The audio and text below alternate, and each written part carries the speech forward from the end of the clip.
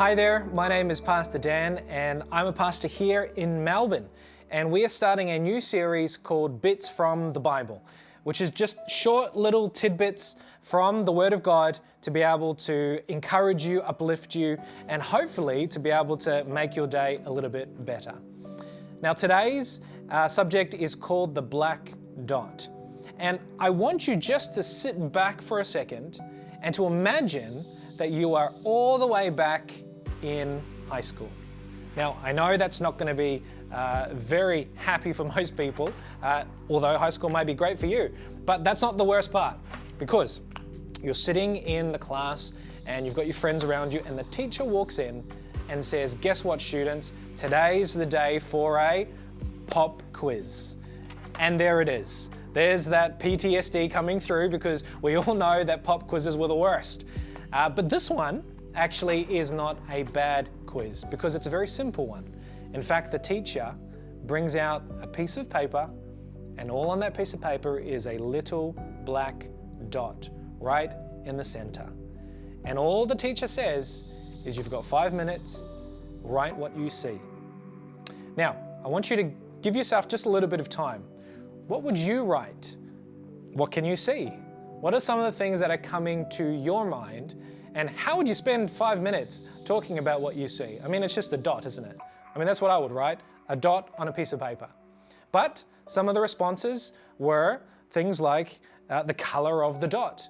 You know, maybe pure black instead of charcoal. Maybe it's the centering of the dot. Maybe it's the circumference, and maybe someone will measure it. Who knows? But everyone gives different responses. But when the teacher gets all of the responses back, they notice something. Nobody talked about the piece of paper. Everyone talked about the black dot. In fact, when you look at the piece of paper, about 90% of it is white.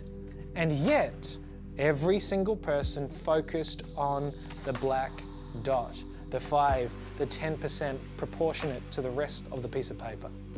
Now that is an example of how we humans think. A lot of studies have shown that with the thoughts that go through in our minds, about 80% of those thoughts are negative. Now, you're probably not so surprised by that stat. And it's easy to confirm that. We jump online, we go turn the TV on, the news, whatever it is, and it's the negative stuff that catches us. I mean, you never jump onto the news and the top story is, a cat was saved from the top of a tree and the neighbors were very happy about it. I mean, that's not things that grab you. Although, if you heard that maybe for one night, it would surprise you because it would be different. But if that were happened day in, day out, nobody would watch the news because it doesn't grab our attention. Unfortunately, as humans, our brains are wired to be negative. But that's not the bad part. I mean, it is bad, but 90% of those thoughts are repetitive.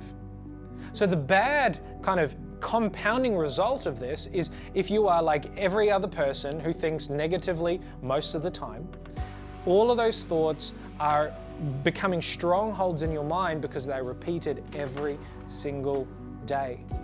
And so what we find are these strongholds in our mind that stay there. And one of the worst things about that is trying to get out of the negative bias that we have. I mean, I don't know about you, but when somebody crosses in front of you when you're driving, the first thing that you think about is not, I'm going to pray for that person. Of course not. It's, that person did the wrong thing, and I hope that they get caught with a speeding fine, or I hope a cop comes past and just stops them and grabs them, because that's justice. That's the negative bias that we have in our minds. But it's interesting, with all that negativity, we stop for a second and we look at the Bible. And we jump into a text in Philippians, which is actually quite an uplifting book of the Bible. And it's interesting to see that Paul writes this book while he's in jail, chained up. And he writes in Philippians 4 this, very simply, rejoice in the Lord always. Now, does Paul actually think that we should be happy and rejoice and be joyful all the time? Does he really want us to be jumping for joy and have a smile on our face from day in, day out, morning till noon to sleep? Is that realistic? Of course not. But Paul does give us context. And in 2 Corinthians, he shows us. 2 Corinthians 10 verses 4 to 5 says this, "For the weapons of our warfare are not carnal, but mighty in God, for pulling down strongholds." There's that word, strongholds. "Casting down arguments and every high thing that exalts itself against the knowledge of God." Here's the big one, "bringing every thought into captivity to the obedience of Christ." Did you notice the word strongholds? Those are the negative 80% of thoughts that we have that are reinforced 90% of the time, day in, day out. And those strongholds can be really hard to break down. How do you live a life that is more positive? And Satan loves those strongholds in our minds because he sits down on those strongholds like a throne and he laughs at us because he thinks that we are stuck in that mindset for all eternity. But the good thing about 2 Corinthians is it says that there is a way out.